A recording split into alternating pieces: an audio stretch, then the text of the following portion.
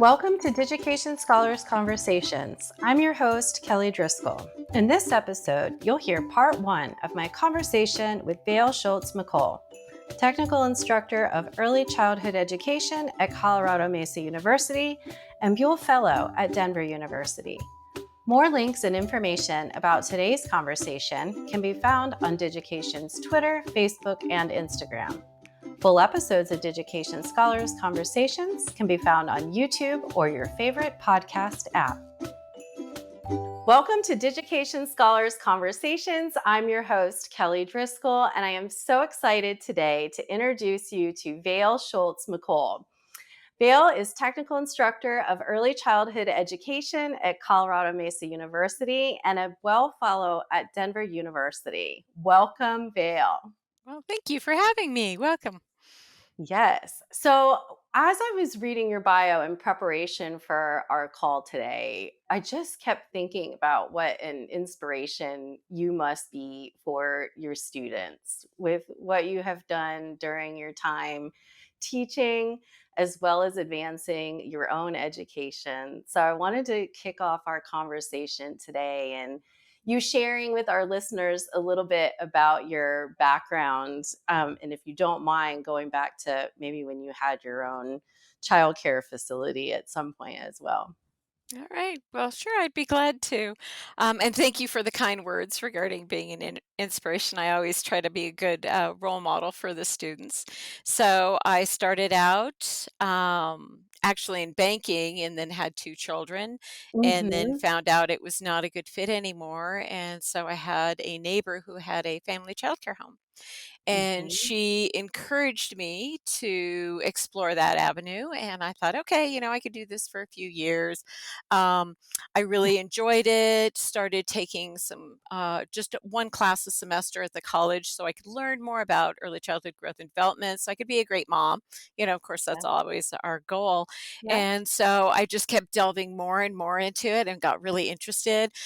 There were a variety of supports here in our community, so I was able to expand and do what we call a Shines rating here in Colorado and further on. So it took me 12 years, but in 12 years, I got my bachelor's in social and behavioral sciences. And then I decided to go on and get my master's in early childhood education, which was really exciting. And while I did that, I continued to have my family home childcare home. Then after that, I thought, okay, I'm ready to branch out a little bit. So I taught at the college a little bit. I did some coaching for other facilities, as well as worked at an elementary school for a short period of time. Really found my niche in teaching at the college. So I was really excited when Colorado Mesa University, the community college campus, had an opening. And so I started teaching there and continued to expand and help to build the program to what it is today, which I'm really excited. We actually have 3 full-time staff compared to when I came on in 2009 when there was just part-time staff. So it Yeah. was really excited. And I have, as much as I have a passion for early childhood and getting out in nature, I really find that we have to be technology forward and find ways Mhm. that we can use technology in a positive way to help not only the children, but also the teachers to be successful. Wonderful. Yeah, I saw that you recently actually completed a second master's in instructional design as well. And was it that interest in technology that got you interested in doing that? Absolutely, because I was thinking as I was looking at my coursework and my classes and talking with my students, because I have students here in Colorado, which is wonderful, Mhm. but Mhm. they were going to other states and they were coming back to me struggling with other states' rules and regulations and guidelines regarding teachers. And they're like, oh, I have to have my syllabus. Oh, I have to have some of my assignments. Oh, I need to have this or that. And I Mhm. kept thinking, okay, how can I create a better classroom online, as well as find a way that they can store these documents so if they choose to go to another state or even another country, if they happen to be a Right. military spouse or in the military themselves, they have quick and easy access to this. So when that state teacher licensure comes and says, do you have this? They can easily go, yep, there it is. Here, I'm just going to share it with you. And then it's so much more simple for them. That's excellent. So I got to know, kind of learn about you and what your students were doing from some of their e-portfolios in Digication. And I can tell right from looking at them what a rigorous program it is. And I was wondering if you could speak a little bit to how those e-portfolios are organized. You can tell that there's a very intentional kind of structure that's been in place to guide the students. It looks like they may be developing them throughout the program, and that they incorporate information from a number of different courses that they're taking. So, if you could describe that a little bit, that would be great. Oh, sure. And you're right, it's very intentional. I worked with the other faculty, other full-time faculty to really strategically create these. And of course, it was a, trial and error and then having the students Mhm, use them mhm. to figure it out. But they start their first class in early childhood, which is a 101 class. That is when they start with this e-portfolio. And we create a template to make it easier for them. And so they start out on their homepage and they start with their very first philosophy of what early childhood is. And then as they go through the program, they continue to expand and build on that because Yeah. we want them to recognize that this e-portfolio is a living document. And even Mhm. when they're done with college classes, they can continue to build and add to this so that they have this living document that can follow them around. And so that's part of the homepage. They put their picture, they start on their philosophy, and then they go into their early childhood 101 tab within the portfolio. And then they have some what we call key assessments. Those are those Mhm. larger projects that really speak to the student learning outcomes. And so once they've completed those assignments and have updated them so they have a good grade on them, then they upload them into their e-portfolio. Another thing that we have them do is the course syllabus. And again, that's for transferability from Right. state to state or from the US to another nation so that they have all of that information they can easily access. And then once they have that, we also want them to do an end of course reflection because we want Mhm. them to be able to come back and look at this e-portfolio and think about, wow, look at my reflection for my 101 class compared to Yeah. my reflection for my student teaching class, right? And how much they've grown, and they can reflect on that and then remember that that reflection is important, that everybody has that growth period and they're still going to grow as they continue to go on. Another thing that we really wanted to put in here is teachers are great for sharing. We love to share stuff, right? We're not prioritized. We're not going to, go get patents for anything. So we put in specific boxes because as they attend our classes, they share resources like, oh, this is a wonderful children's book. Oh, I did a tap and ask activity. Oh, what's that? Oh, that's what it is. Oh, I want to remember that. So when I'm in a classroom, so we specifically gave them boxes in each tab where they can put activities that they learned and want to remember and use in their own classroom, children's books, teachers' books, as well as any websites that they learn about and that they want to make sure that they keep track of because once you've been in here for a few years, and you've been teaching, sometimes you kind of forget some of those resources and you're Yeah. like, oh, I wish I could remember what that activity was or what that website was. And this gives them a nice one stop that they can go to and look at and say, well, this was important to me. It wasn't Yeah. something that my instructor said. This is something that actually is important to me and I want to use in my classroom. Yeah. And I was curious about that and where those materials were coming from. So thank you so much for sharing that. It is a lovely organization. There's this area where they have teacher resources defined and student resources defined, and it sounds like these are resources that they are finding Mhm. and want to include within the e-portfolio kind of for their own documentation purposes, but I imagine that many of the students, a lot of the portfolios are shared publicly. So, is there sharing that's happening among the peers that are going through the program too in some of these resources? Oh, yes, absolutely. They share and they support each other. If Mhm. somebody's having a hard time uploading a link or Mhm. getting a document in, they're great at supporting and helping each other. Step in and help each other out. Yeah, and speaking of that, supporting each other and helping each other out, I was curious if these e-portfolios were integrated into any of their kind of field experience or student teaching experiences that they have.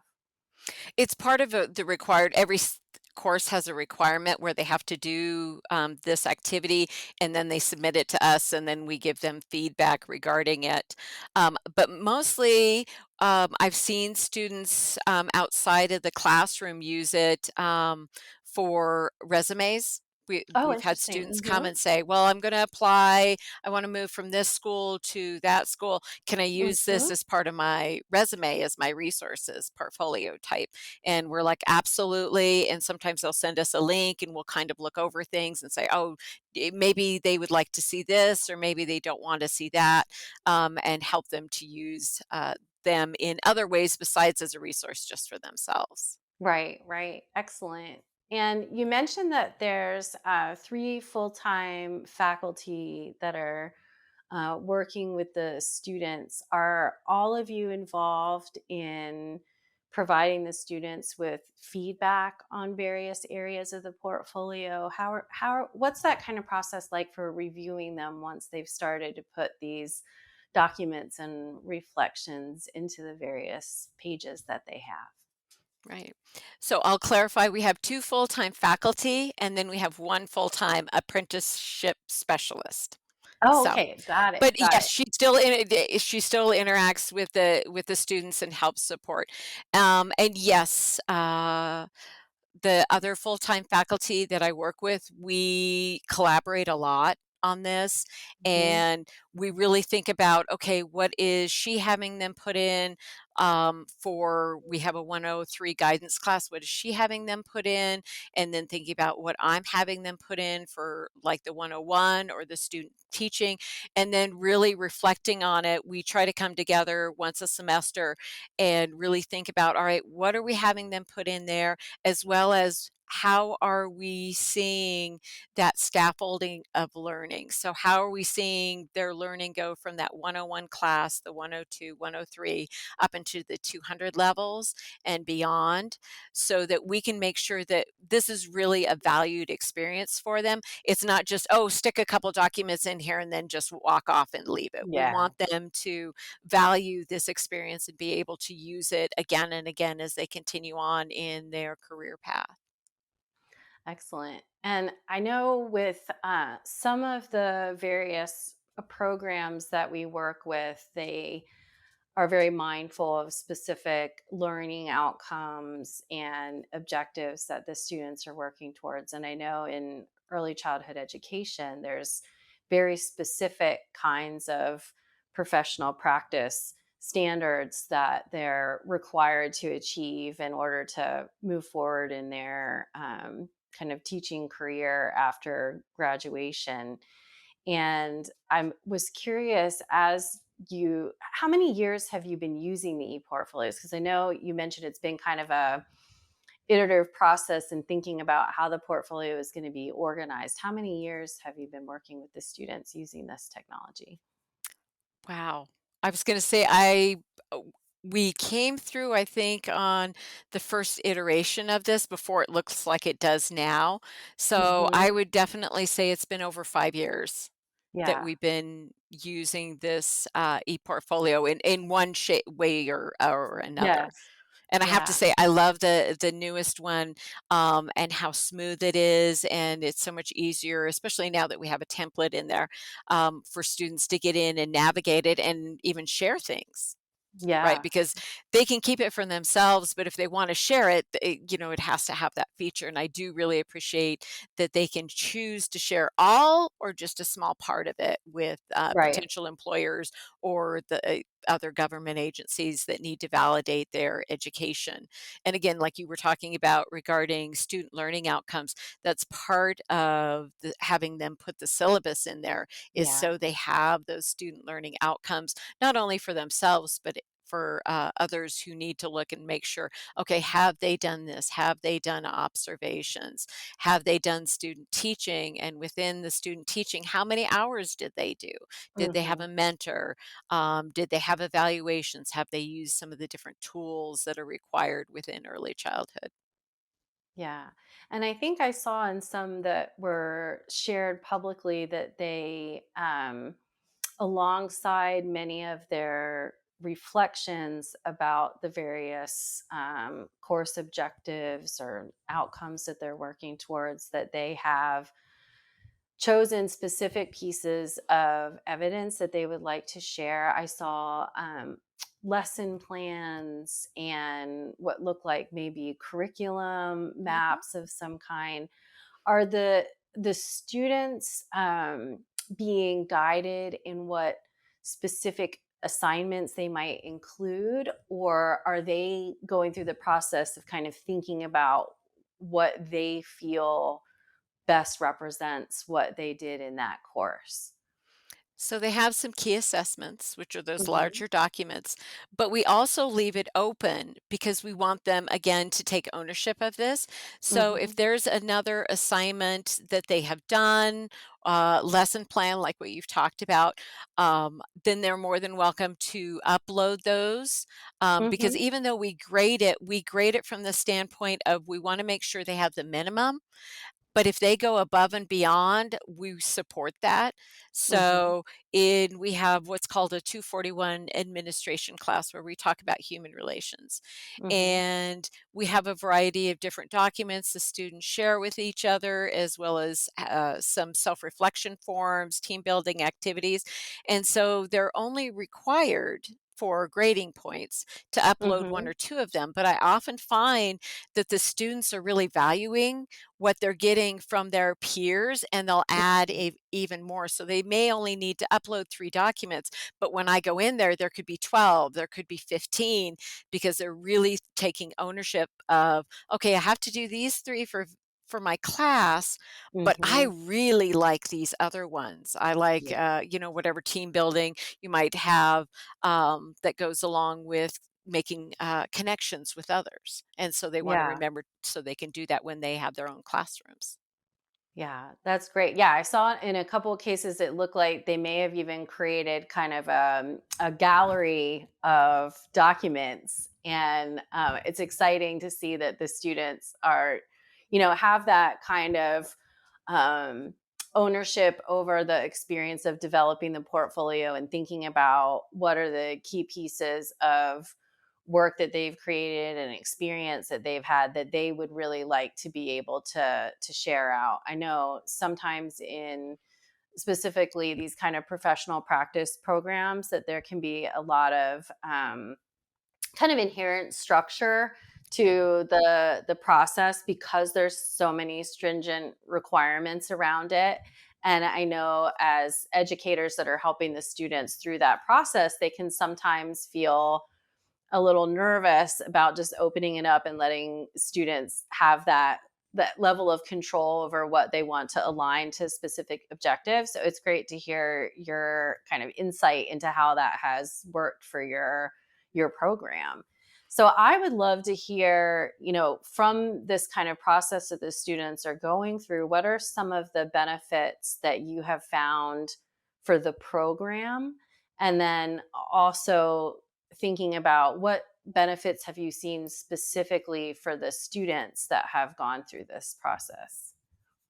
So I think, speaking to the program first, um, that one of the benefits of having this e-portfolio is that when we go to state meetings and they're talking about how are you validating these key assessments, right? Because we're not just meeting the outcomes at the college Right. in early childhood, just like in teacher licensure, we have to answer to the state as well to make Yes. sure that students are meeting outcomes. And so when we have the state come in to evaluate our program to make sure that the students are meeting learning outcomes and key assessments, these benefit our program because we know we've got a one-stop shop to go to, right? And we Mm. can document that students are participating in this and they are tracking things and that we're able to grade it and show growth because, Yeah. again, they like to see, okay, are students actually growing and learning as they experience this?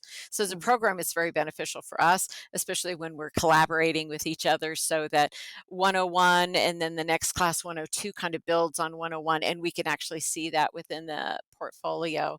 And I would say, again, a benefit for the students is one, they take ownership. So it's even Yeah. though we give them the template and give them started, it's Mhm. like a young child, we get them started with blocks and we help them stack 2 or 3, but then we let them grow from there and they add cars and animals and all Mhm. sorts of things that we might not have thought about. And so that's part of this is we really want to take that philosophy of we know if they take ownership, if we give them that foundation and they take ownership, they're going to keep growing and building on this long after they're in classes, right? So they're going to Right. keep using this and being able to be successful with it.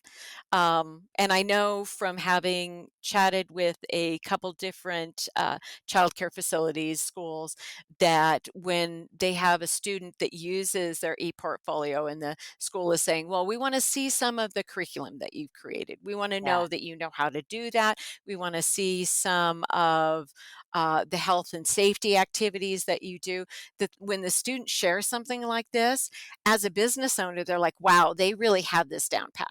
They know Yeah. this. It's not somebody coming in and having a bunch of random pieces of paper saying, well, I did this and I did that. They can tell that the student is really organized things and has access to both resources and has done those activities as well.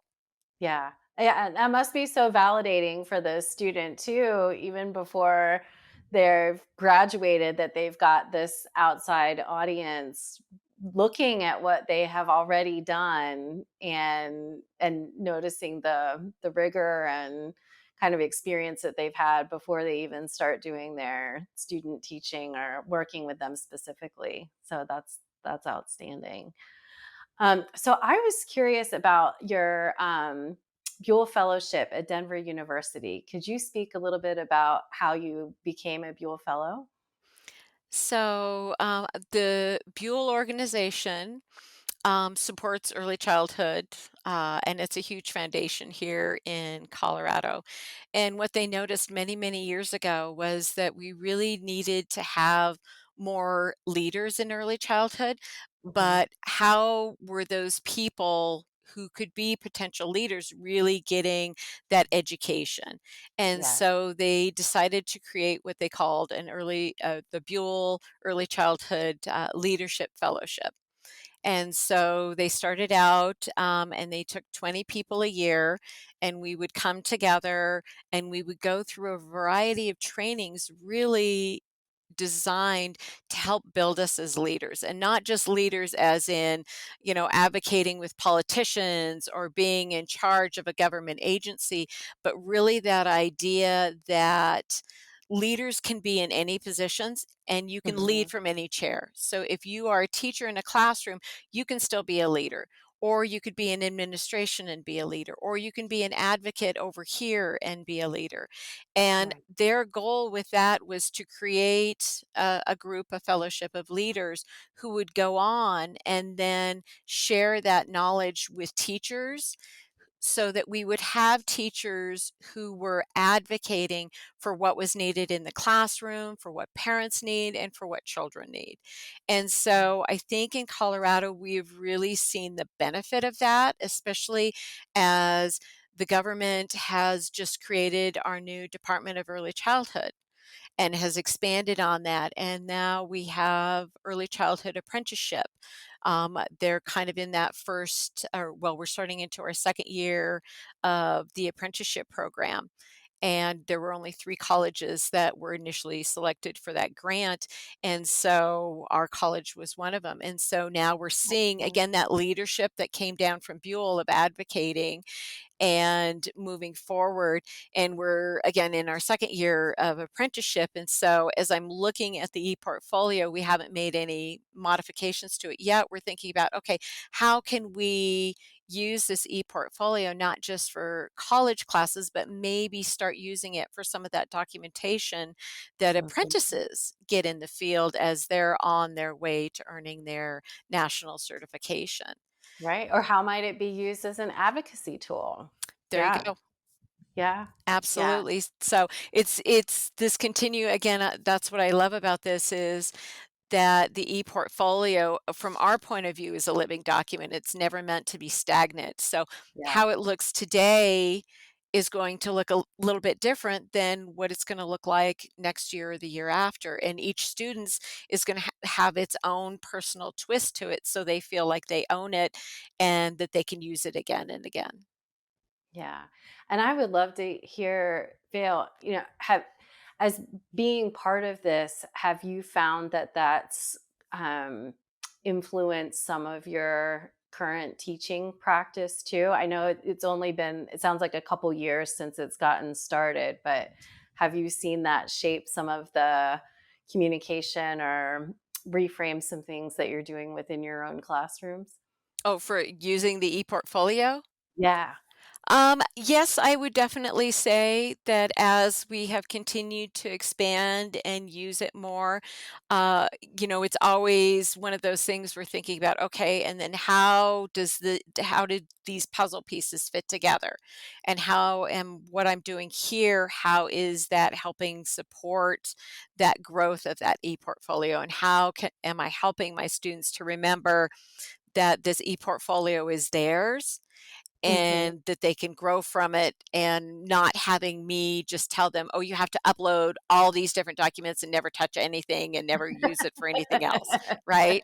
But definitely thinking about how are all these puzzle pieces fitting together and how are we using it strategically to support teachers. This concludes part one of our conversation. To hear part two, be sure to subscribe to Digication Scholars Conversations on YouTube, iTunes, Spotify, or your favorite podcast app. Digication Scholars Conversations is brought to you by Digication, a technology platform powering the most innovative e-portfolio programs in K-12 and higher education. Our website can be found at digication.com. If you enjoyed today's conversation, please like, subscribe, and share with a friend. Thanks for tuning in.